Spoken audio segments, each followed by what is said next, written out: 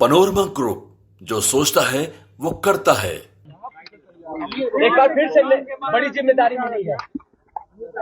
देखिए, कोई भी जिम्मेदारी से हम कभी हटते नहीं हैं। जो जिम्मेदारी मिलती है उसका एकदम सर्वोत्तम काम करते हैं उसमें।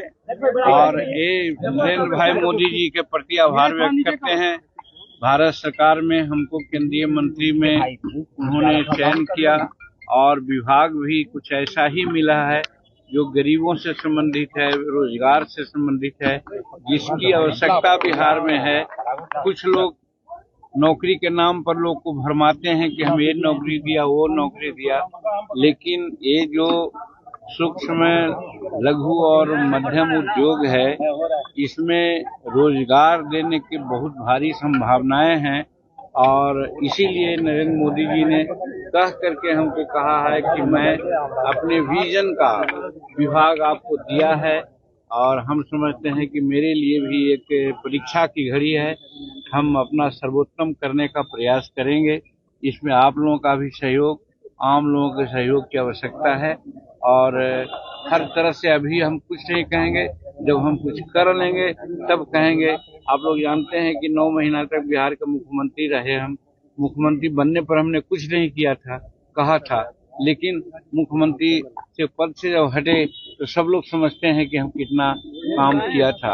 उसी प्रकार से यहाँ भी है, जब हम विभाग में गए हैं तो विभाग में सर्वोत्तम अपनी क्षमता के अनुसार काम करेंगे।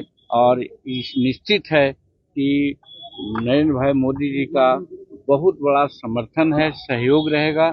इसलिए हमको विश्वास है कि हम बहुत अच्छा काम करेंगे इसमें, लेकिन अभी समय कुछ लगेगा, देखना है। और आप लोगों के प्रति भी बहुत आभार व्यक्त करते हैं। देखिए, विपक्ष का तो यही काम है, डे 1 से हम लोगों की गिनती वो करते रहता है, तो वो तो अपना काम है, कर रहा है। लेकिन सच्चाई है कि नरेंद्र भाई मोदी जी काफी अच्छा बहुमत में हैं और सरकार बनी है। आपको याद दिलाना चाहते हैं हम नरसिम्हा राव जी का। नरसिम्हा राव जी की सरकार अल्पमत में थी, लेकिन तो भी 5 साल बहुत अच्छा से चलाए थे। और ये सरकार तो हमारी बहुमत में है। ठीक है, भाजपा का बहुमत नहीं है, एनडीए का बहुमत है। और आज 300 से ऊपर हमारी संख्या बढ़ गई है। तो इसीलिए वो लोग जो कहते हैं मन बहलाने के लिए कहते हैं, सच्चाई यही है कि 5 साल बहुत बढ़िया से काम होगा। और पहला और दूसरा टर्म में नरेंद्र मोदी जी जो काम किए हैं उससे आगे बढ़ करके वो काम करेंगे, उनका दृढ़ संकल्प है। देवेश चंद्र ठाकुर जी का एक बयान आया है, उन्होंने साफ कहा है कि उन्हें मुसलमान और यादवों ने वोट नहीं दिया। हमको पता नहीं है ये बात। हम ईवीएम पर जो क्या सवाल करते हैं, जब सुप्रीम कोर्ट और इसका जो एक कमेटी बनी थी उसने कहा कि ईवीएम का कहीं कोई दोष नहीं है, ईवीएम सब तरह से ठीक है, तो फिर उनको तो सिर्फ दोष लगाना है अपनी कमजोरी को छिपाने के लिए। सच्चाई तो यही है कि जनता ने उनको नकारा है, वो गलत और भरमा करके कुछ थोड़ा वोट ज्यादा ले लिए हैं।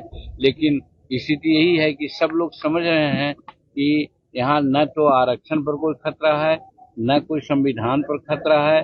और जहाँ रोजगार देने की बात है तो आप देख रहते हैं कि जो एमए से एमई जो विभाग हमको मिला है उसमें लाखों लाख नहीं करोड़ों करोड़ की नौकरियां हैं और मिलेगी। इसलिए इस लाइन पर भी हम लोग बहुत आगे बढ़े हुए हैं। एक बड़ा मंत्रालय मिला है आपको, बिहार के लिए क्या कुछ विशेष?